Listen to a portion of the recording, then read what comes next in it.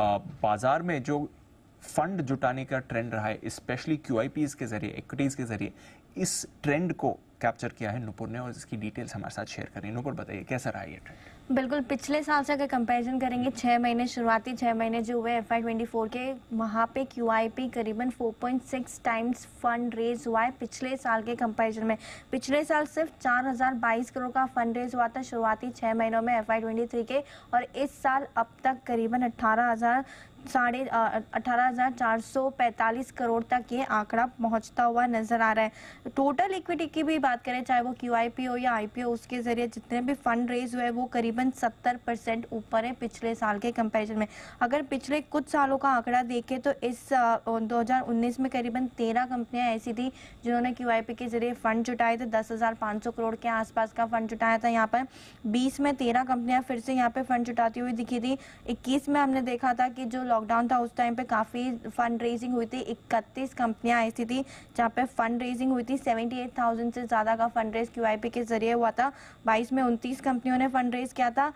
2023 में सुस्त था ये आंकड़ा, सिर्फ 11 कंपनी थी जहाँ पे फंड रेज किया गया था और सिर्फ 9,000 करोड़ रुपए का फंड रेज हुआ था।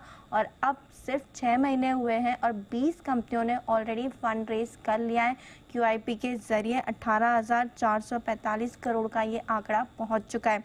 कहाँ पे हो रही है सबसे ज़्यादा फंड रेज?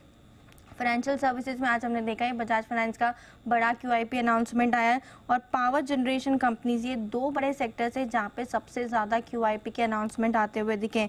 अब तक देखें तो इन दोनों सेक्टर्स ने 70% जो फंड उठाए 18,500 करोड़ के आसपास का, उसमें से 70% ये दोनों सेक्टर की कंपनीज ने लिया है। नए प्रोजेक्ट्स, इंफ्रा डेवलपमेंट, साथ ही साथ लॉन्ग टर्म कैपिटल नीड्स के लिए फंड रेजिंग की जा रही है। अभी अगर लार्ज फंड रेजिंग की बात करें, अभी शुरुआती 6 महीनों में तो सबसे बड़ा फंड रेज यूनियन बैंक की तरफ से हुआ था। 5,000 करोड़ का ये आंकड़ा आपको दिखेगा। Federal Bank, Suzlon, AB capital, Sheela foam, bank of Maharashtra, Blue Star, ये सारे बड़े नाम है जो QIP का हिस्सा शुरुआती 6 महीने में रहे हैं। कल ही हमने देखा था कि जो चोला इन्वेस्टमेंट का 4,000 करोड़ का QIP है वो बंद हुआ था। अभी IDFC बैंक का ऑलरेडी इन रनिंग है, 3,000 करोड़ का QIP है। बजाज फाइनेंस का भी अनाउंसमेंट आ गया, 8,800 करोड़ का ये QIP अमाउंट है। सोम डिस्टिलरीज और लक्ष्मी ऑर्गेनिक्स के भी जो QIP फंड रेज है वो अभी स्टार्ट है और खुले हुए।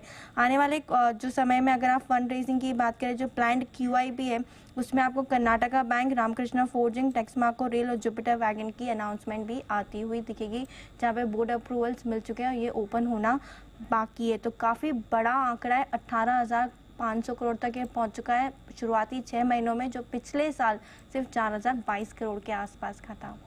मेगा फंड रेजिंग चल रही है और इक्विटी के जरिए फंड रेजिंग हो रही है। ये आपके लिए इंटरेस्टिंग ट्रेंड है बाजार का। शुक्रिया नूपुर, ये ट्रेंड हमारे सामने रखने के लिए।